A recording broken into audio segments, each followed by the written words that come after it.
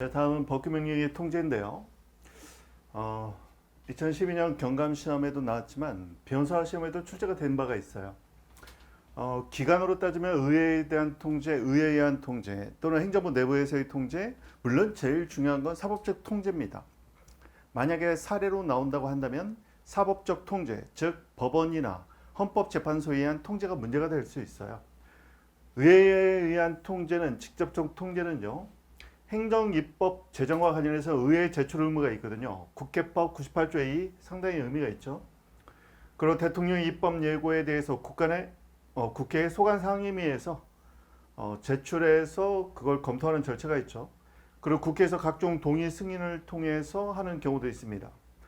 가장 확실한 건요, 법규명령의 내용과 관련된 법률을 제정해 버리면 법률이 상위 규범이기 때문에 법규명령을 개폐할 수 있게 되겠죠. 자, 그런 내용 가볍게 보시면 되겠습니다. 자, 다음은 의회에서 하는 간접적 통제는요, 국정감사나 국정조사를 통해서 할 수도 있습니다. 우리 수사권 조정 문제와 관련해서 지금 윤석열 대통령께서 되시고 나서 검사들의 이제 권한을 좀 복귀시키는 과정에서 법률을 패싱하면서 시행령으로만 하는 경우가 있단 말이죠. 이와 관련해서 이제 국회에서 이런 국정감사나 국정조사를 통해서 간접적으로 통제할 수 있다, 이런 얘기겠죠. 또는 총리, 행정부를 총괄하는 업무를 맡고 있는 총리에게 질문권을 던진다든가, 또는 해임 건의권, 법무장관의 한동훈 법무장관에 대해서 해임 건의에 관한 내용이 좀 많이 있죠. 그리고 이태원 참사가 이루어진 이후에 이 해임 건의가 실제로 문제가 된 것이 있기 때문에 알아둬야겠습니다. 대통령에 대한 탄핵 소추는 이제 박근혜 대통령 때 이제 탄핵이 문제가 된 경우가 있으니까 가볍게 보세요.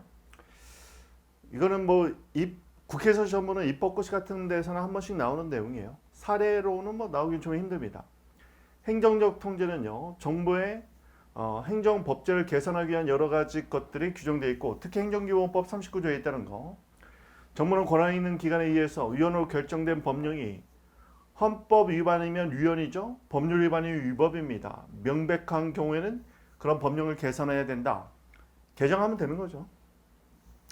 상급감독청의 감독권에 의해서도 얼마든지 통제할 수 있다는 건데, 이건 거의 단문이라고 보면 되겠죠. 상급 행정청이라도 하급 행정청의 법규명령을 스스로 개정 폐지할 수는 없고, 그리고 상위 법령에 의해서 하위 법령을 완전히 배제할 수는 있습니다. 상위 법령에 의해서, 즉 상위법 우선의 원칙에 의해서 하위 법령의 내용을 상위법에서 직접 규정할 수는 있어요. 그렇지만 감독청이 하급 행정청의 법규명령 제정에 관해서 스스로가 개정 폐지할 수는 없다는 겁니다. 왜냐하면 개정 폐지 권한은 하급 행정청에 있기 때문이죠. 법제처 심사가 실제로 많이 이루어집니다. 국무회에 상정될 법령안, 조약안, 총리령, 부령은 법제처 심사를 받게 돼 있어요. 자, 이건 정부조직법 내용인데 가볍게 보시면 되겠고, 우리가 행정법에서는 행정심판위원회에 의한 통제가 있다는 것 정도는 알아두시는 게 좋겠어요. 특히 심판법 59조에 있다는 거, 우리가 행정소송법, 행정심판법, 행정절차법, 이 3대 법은 사례에서도 많이 나오는 것이기 때문에 꼭 알아둬야겠어요. 중앙행정심판위원회, 국민권익위 소속으로 되어 있죠.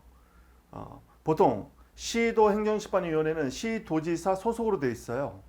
그런데 중앙행정심판위원회는 국민권익위 소속으로 되어 있죠. 심판적으로 심리 재결할 때 처분 부작위의 근거가 되는 대통령령, 총리령, 부령, 우리가 이제 합하면 법규명령이라고 부르면 되겠죠. 이런 부령 등이 법령의 근거가 없거나, 즉 수권 없이 제정이 됐다면 행정명령, 다른 말로 행정규칙의 효력에 불과하다는 거 앞에서 봤어요. 또는 상위 법령에 위배된다, 위반, 똑같은 말이죠. 근거가 없다, 법률 원칙, 또는 위배된다, 위반, 법률 우위 원칙이 되겠죠. 또는 국민에게 과도한 부담을 주는 등 크게 불합리하면 관계행정기관에게 그 명령, 법규명령 등의 제정, 개정, 폐지 등의 적절한 시정조치를 요청할 수 있다. 행정심판법 59조에 있습니다. 제일 중요한 건 이거죠. 법원에 의한 통제입니다. 법원에 의한 통제는 나중에요. 사례로도 나온 적이 있어요. 변호사 시험에 3회 때 사례로 출제가 됐습니다. 법원에 의한 법규명령의 통제는 간접적 통제를 우선시합니다. 간접적 통제라는 말은 뭐냐? 한번 볼까요? 자, 법규범이 있죠. 법규범으로서 예를 들면 법규명령이 있다고 봅시다. 이런 명령이 있어요. 이런 명령에 근거해서 집행행위로서 Verwaltungsakt 처분이 나온다고 했죠. 처분이 나오면 원칙적으로 법규범, 법규명령은 행정입법이라고 했죠. 행정입법의 특징은 수범자와 규율 대상으로 봤을 때 일반적, 추상적 규율이고 행정행위 처분은 개별적, 구체적 규율이라고 했어요. 실익은 어디 있다? 행정입법은 원칙적으로 행정쟁송의 대상이 아니다. 처분, 행정행위 처분 이런 집행행위가 결국 법원의 심판 대상이 되는 거죠. 따라서 이 처분이 나왔어요. 예를 들면 도로교통법 시행령, 시행규칙에 근거해서 딱지를 뗐어요. 범칙은 납부명령이 나왔다고 본다면 이걸 다투겠죠. 국민은. 얘가 법원의 직접적 쟁송, 쟁송은 행정쟁송은 행정심판과 소송을 이루는 거죠. 직접적인 쟁송 대상이 됩니다.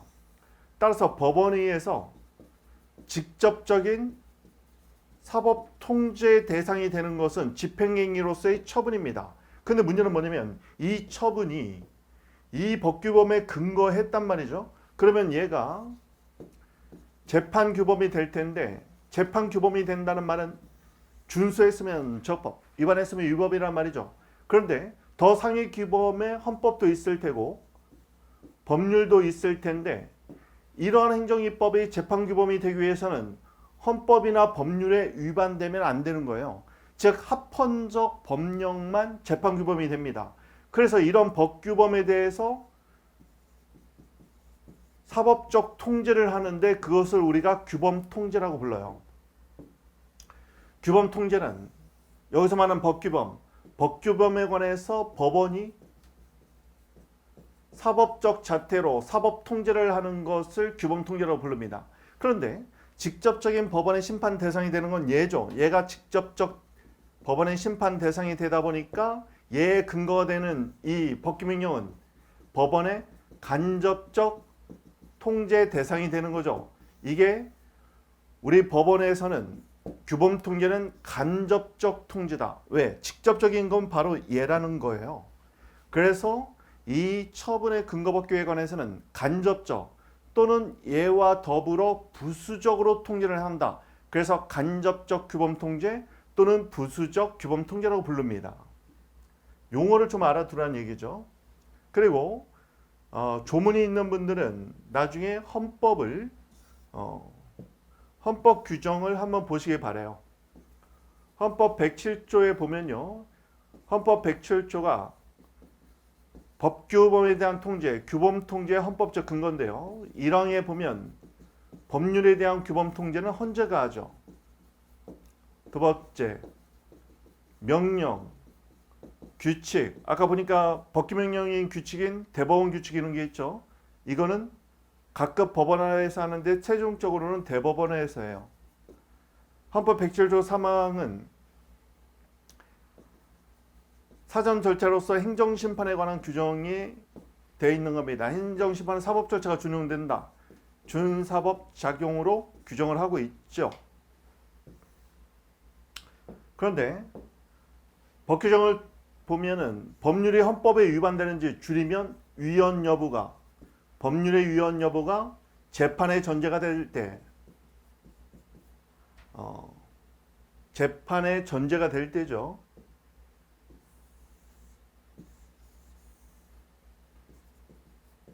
재판의 전제가 될 때. 두 번째, 명령 규칙, 특히 법규명령의 헌법 위반, 위헌, 법률 위반, 위법 여부가 재판의 전제가 될 때. 즉, 이 둘을 합하면 우리가 규범이라고 표현하면 되겠죠. 법률의 헌법 위반 여부, 위헌 여부가 재판의 전제가 된다. 명령의 위헌 또는 위법 여부가 재판의 전제가 된다. 재판의 전제가 된다고 했을 때 이 재판은요. 법률이나 명령에 근거한 처분이 직접적인 재판 대상이 되어 있는 겁니다.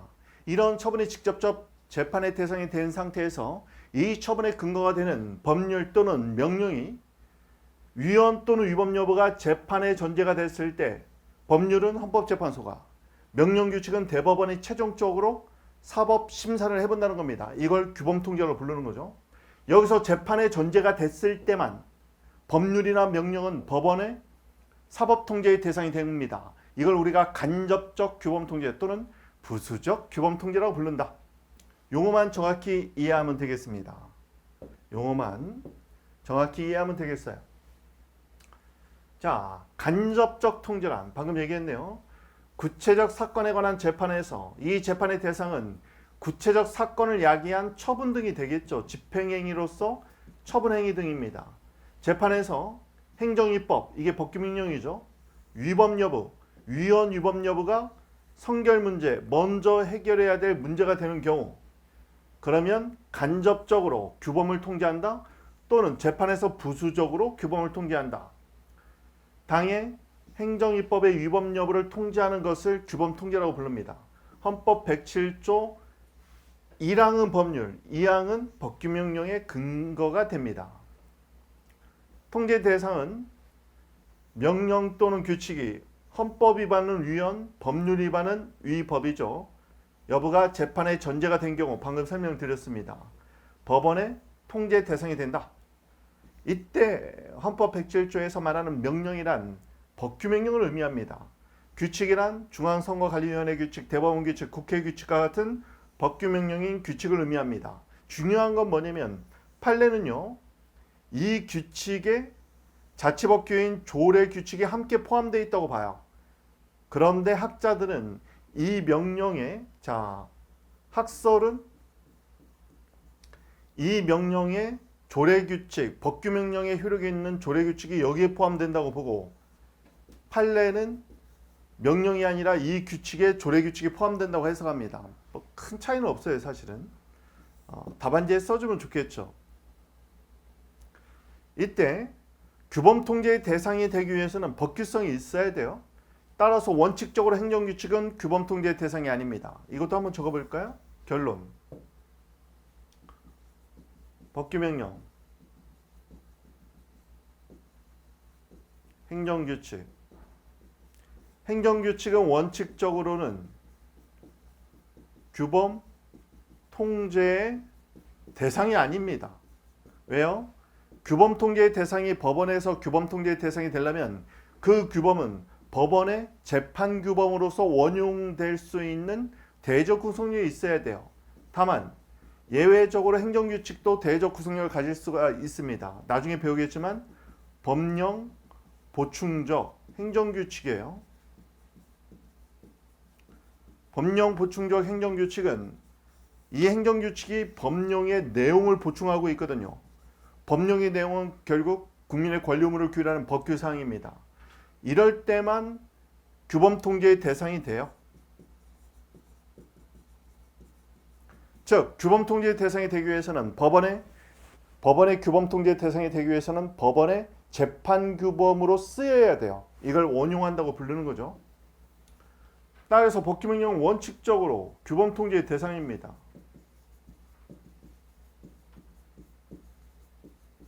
다만 구체적 사건에서 재판의 전제가 됐을 때만 규범 통제의 대상이 되고, 다만 예외적으로 집행행위 없이도 법규명령 자체가 처분성을 가질 때가 있어요. 그건 나중에 뒤에서 배웁니다.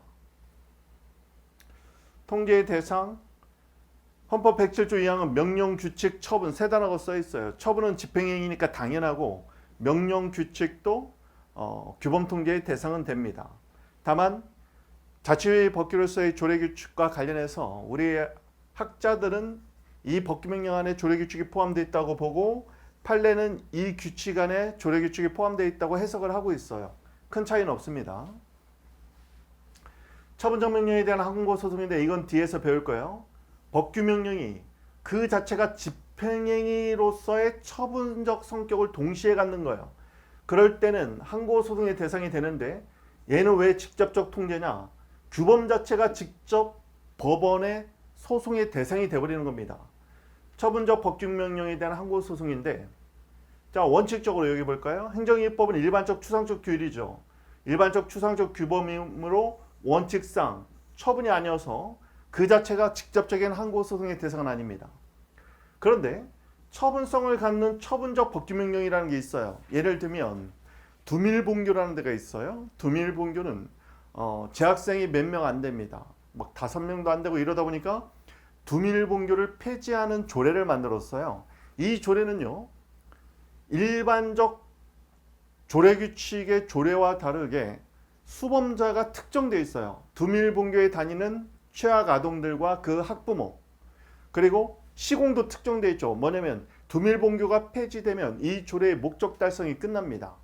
따라서 원칙적으로 일반적 추상적 규범인데, 그래서 쟁송 대상이 아니지만 가끔은 법규명령의 처분성을 갖는 법규명령도 있더라는 거예요. 그런 경우에는 그 자체를 항고소송의 대상으로 삼아줍니다. 여기 한번 볼까요? 자, 볼게요. 제일 많이 나오는 건 보건복지부 고시인데, 이건 나중에 뒤에서도 나오겠지만 시험에서 많이 나오니까 꼭 알아둬야 돼요. 보건복지부 고시. 자, 얘는 고시니까 행정규칙입니다. 물론 나중에 보면 법령, 보충적, 행정규칙이에요. 근데 이 보건복지부 고시의 내용이 보니까 내용이요, 약값의 상한을 정하고 있어요.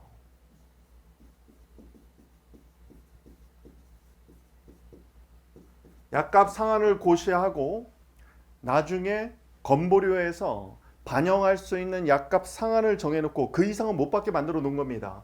약값 상한에 관한 고시가 정해지고, 만약에 그 상한을 넘어서 제약회사들이 해당 약을 판매하면 나중에 처벌하게 돼 있어요. 약값 상한에 관한 고시를 위반하면, 이 고시를 위반하면 처벌됩니다. 자, 그런데 갑 제약회사가 있어요. 자, 우리가 갑 제약회사의 주주들이라고 한번 볼까요? 우리가 이제 이 법인이 있어요. 갑 제약회사. 근데 갑 제약회사에서요, 신약을 개발하기 위해서 10년 동안 투자를 했습니다. 몇천억을 투자했어요. 그래서 드디어 신약이 개발됐습니다. 근데 투자 자본이 너무 많이 들기 때문에 보통 신약 개발하는데 돈이 너무 많이 들죠. 그러니까 대부분의 제약회사는 카피약을 보통 씁니다. 라이센스가 끝난 카피약을 보통 만들어서 판매를 많이 하죠. 왜냐면 신약 개발에 너무 많은 시간과 노력과 돈이 투자가 돼요. 그래서 신약이 개발되다 보니까 신약이 비쌀 수밖에 없습니다. 근데 약값 상한에 관한 고시에 묶여가지고 적자에 허덕이게 생겼어요. 그래서 갑 제약회사에서는 보건복지부 고시로 만들어 놓은 약값 상한에 관한 고시를 다투고 싶습니다. 근데 보세요. 고시는 집행행위는 아니죠. 행정입법의 형식입니다. 광의행정입법이에요. 근데 내가 얘를 다투려면 얘는 집행행위가 아니니까 소송의 대상이 아니야. 그럼 어떻게 해야 돼요? 한 번 위반해서 처벌을 받아야 돼. 그럼 제재처벌이 나오죠. 얘에 대해서 소송을 제기하면서 근거인 고시의 유연성을 주장해야 될 겁니다. 그러면 위반 행위를 조장하죠. 그러니까 이런 경우에는요, 약값 상한에 관한 고시는 일반적 추상적 성격이 있더라도 그 고시가 제약회사 등의 권리 의무를 직접적으로 규율하고 있죠. 제약회사는 그 고시에 규정된 상한의 약값을 받을 수 없는 권리의 제한을 받습니다. 그리고 약값 상한에 관한 고시를 준수해야 될 의무가 생겨요. 이런 고시 자체가 이렇게 직접적으로 집행행위를 매개하지 않고도 국민의 권리 의무를 규율한다면, 그때는 얘 자체를 항고소송의 대상으로 삼을 수 있도록 해야겠다. 이게 처분성이 있는 법규명령, 줄여서 처분적 법규명령에 대한 항고소송이라고 부릅니다. 만약에 이런 법규명령 자체를 다툴 수 없게 돼버리면 위반을 조장하는 거죠. 근데 여기서 누군가 물어봐요. 선생님, 고시는 법규명령이 아니라 행정규칙이라면서요. 맞습니다. 근데 나중에 보면 얘는 뭐냐면, 뒤에서 배우겠습니다만, 보건복지부 고시는 법령보충적 행정규칙인 고시예요. 이 법령보충적 행정규칙은 상위 법령과 결합해서 법규명령으로서의 효력이 있습니다. 그래서 행정기본법에 보면 거의 법령에 포함시켜요. 행정규칙임에도 불구하고. 따라서 법령보충적 행정규칙인 이 고시는 어떻게 보면 법규명령과 다를 게 없어요. 법규명령으로서의 효력이 있고 행정기본법 2조의 개념 정의에 보면 법령의 위임을 받아서 국민의 권리물을 규율하고 있는 행정규칙은 법령에 포함시켜주고 있습니다. 이걸 알아둬야 돼요. 자, 정리하겠습니다. 행정입법은 일반적 추상적 기본이기 때문에 원칙적으로 행정 쟁송의 대상이 안 된다고 했죠. 그런데 처분성을 갖는 이런 처분적 법규명령은 예외적으로 항고소송의 대상이 됩니다. 항상 원칙과 예가 있다. 자, 키워드 명령 등이, 왜냐면 이제 다 포함돼요. 뭐 조례인 법규명령도 있고 방과 같은 법령 보충적 행정규칙인 고시인 법규명령도 있어요. 집행행위를 매개하지 않고 그 자체가 직접 국민의 권리 의무를 규율하는 성격을 가질 때 그러한 법규명령 자체가 항고소송의 대상인 처분이 된다. 두밀본교 폐지 조례가 가장 유명한 내용이에요. 그리고 보건복지부 고시가 최근에 변호사 시험에도 사례로 기출이 됐습니다. 사례로 나오면 얘가 나올 거예요. 고시로. 자, 법적 근거와 관련해서는 규범통제 규정의 헌법 107조로 볼 거냐, 사법권에 관한 101조로 볼 거냐 논란이 있는데 중요하진 않습니다. 소송 형식은 앞에서 봤는데 실무상 법규명령의 형식에 대해서 소송을 제기할 때는 무효확인 소송이에요.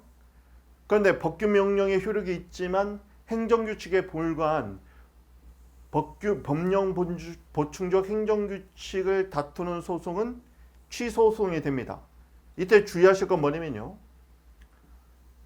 소송 형식이라고 했는데 이때의 대상은 광의의 행정입법이에요.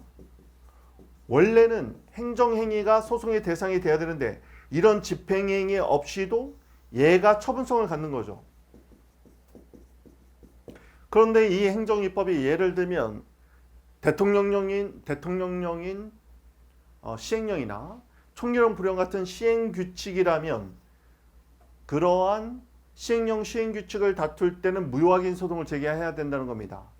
그런데 보건복지부 고시처럼 고시는 행정규칙이잖아요. 그런데 법령의 위임을 받아서 국민의 권리 의무를 규율하는 법령 보충적 행정규칙일 때는 형식만 봤을 때는 행정규칙이죠.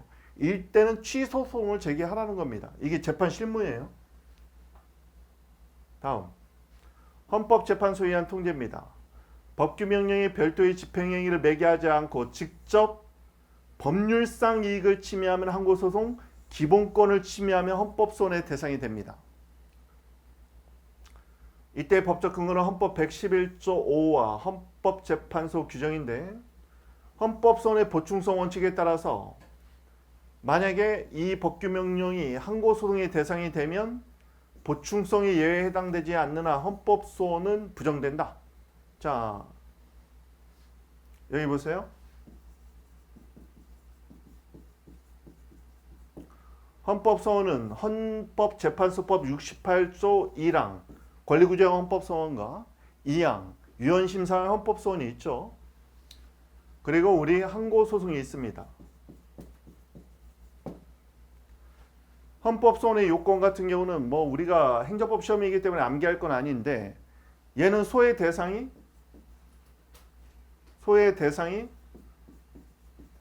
공권력이거든요. 그런데 항고소송은 공권력 행사 중에서도 처분이에요. 처분. 공권력 행사는 입법, 행정, 사법이 다 포함되는데 나중에 보면요. 소의 대상의 공권력 행사 중에 재판은 제외시켰어요. 그래서 우리가 재판소원, 금지 원칙이라고 부릅니다. 오히려 헌법재판제도가 만들어진 독일에서는 독일과 다르게 우리는 사법부의 재판은 헌법소원의 대상에서 제외시켰어요. 왜냐하면 3심제가 원칙인데 만약에 재판을 헌법소원의 대상으로 삼으면 3심제가 4심제로 운영될 위험이 있다 해서 재판을 빼버렸습니다. 그래서 사법이 빠진 거예요. 입법부에서 만든 법률, 행정부에서 만든 명령, 합하면 법령이죠. 따라서 법률 또는 명령은 집행행위를 매개하지 않고 그 자체가 직접 국민의 기본권을 침해하면 헌법 소원이 대상이 되는데 이걸 법령 소원이라고 부르죠. 왜냐면 법률을 제정하는 입법부가 법률을 제정하는 거 이것도 공권력 행사. 행정부에서 행정입법을 제정하는 것도 공권력 행사예요. 다만 사법부의 사법재판은 제외시켰다. 이런 공권력 행사로 국민의 기본권이 침해돼야 돼요. 항고소송은 법률상 이익이 침해되는 거고 이 차이도 좀 알아두면 좋겠어요. 헌법소원의 대상은 공권력인데 공권력 행사 중에서 재판은 제외시킨 거죠. 그래서 재판소원 금지 원칙이고 항고소송도 공권력인데 공권력 행사 중 처분입니다. 행정부가 하는 처분으로 한정되어 있는 거죠. 여기서의 공권력은 행정부에 한정되어 있지 않아요. 입법부나 행정부 다 포함되는 거고 여기는 행정청이 행하는 것이기 때문에 처분으로 한정되어 있습니다. 그리고 침해와 관련해서 공권력 행사 또는 불행사로 기본권이 침해돼야 되고 얘는 법률상 이익이죠. 법률상 이익은 법률이 보호하는 이익이고 기본권은 헌법이 보호하는 기본권인 거죠. 이런 차이가 좀 있다. 그런데 중요한 건 헌법소원의 요건 중에서 가장 중요한 게 보충성 원칙이에요. 헌재법 68조 1항 단서의 보충성 원칙인데 보충성 원칙이란 뭐냐? 항상 다 헌법재판소 찾아오면 안 되죠. 다른 법률에 의한 구제 절차를 거친 다음에 마지막으로 와야 돼. 다른 법률에 의한 구제 절차를 거치지 않았으면 헌법소원을 제기할 수 없는 거예요. 다른 법률에 의한 구제 절차를 거친 다음에만 보충적으로 헌법소원을 제기할 수 있는 거예요. 그런데 문제는 뭐냐면 다른 법률이 만약에 행정소송법이라면 행정소송법상 구제 절차로서 만약에 항고소송이 가능하다면 재판이 돼버리죠. 그럼 어떻게 돼요? 재판소원은 금지됐다고 했죠. 따라서 만약에 처분성이 인정돼 버렸어. 그러면 항고소송의 대상이겠죠. 그러면 다른 법률에 의한 구제 절차로서 행정법원에 행정소송을 제기해야 돼. 그럼 재판이 되죠. 재판에 대해서는 헌법소원을 제기할 수 없어요. 그래서 어느 정도는 반비례 관계입니다. 처분성이 인정되면 항고소송을 제기해야 되고 재판이 나오면 재판소원은 금지되어 있습니다. 처분성이 인정되지 않아서 다른 법률에 의한 구제 절차가 없을 때만 헌법소원의 대상이 될 수 있는 거예요. 다만 다른 법률에 의한 구제 절차가 있는지가 불명확해 또는 처분성은 인정되지만 소외이익이 없어서 권리구제 기대 가능성이 전혀 없어. 그런데 이런 우회적인 절차를 우회하게 만드는 것은 국민의 권리구제에 반하니까 우리 헌법재판소는 보충성 원칙의 예외를 많이 인정하고 있어요. 지금 이걸 배운 이유는 뭐냐면 처분적 법규명령의 처분성을 인정해서 항고소송의 대상을 명확하게 인정해버리면 항고소송을 제기해야 될 거고 재판소원이 되니까 헌법소원으로 못 가는 겁니다. 근데 만약에 처분성을 인정하지 않는다. 그러면 헌법소원의 대상이 될 수 있겠죠. 또는 처분성이 인정될 때도 있고 인정되지 않을 때도 있어서 불명확하더라. 그러면 보충성의 예외를 인정해서 헌법소원의 대상을 인정해 주기도 한다는 얘기입니다. 좀 어렵겠네요. 처음 배우는 분들은. 한번 읽어볼까요? 법규명령이 별도의 집행행위를 매개하지 않고 직접 국민의 기본권을 침해하면 헌법소원의 대상이 될 수 있습니다. 다만 헌법소원의 보충성 원칙상 만약에 법규명령의 처분성이 인정돼서 항고소송의 대상이 된다면 원칙적으로 헌법소원의 대상은 될 수 없는 겁니다. 왜냐하면 다른 법률에 의한 구제 절차로서 항고소송을 거쳐야 되고 거치면 재판이 됐기 때문에 재판소원은 금지되어 있는 것이죠. 다만 보충성이 해당되지 않는 한 헌법소원은 부정된다. 보충성의 예외는 다른 법률에 의한 구제 절차가 불분명할 때 그리고 권리구제의 기대 가능성이 없을 때 이럴 때만 예외가 인정되는 것이죠.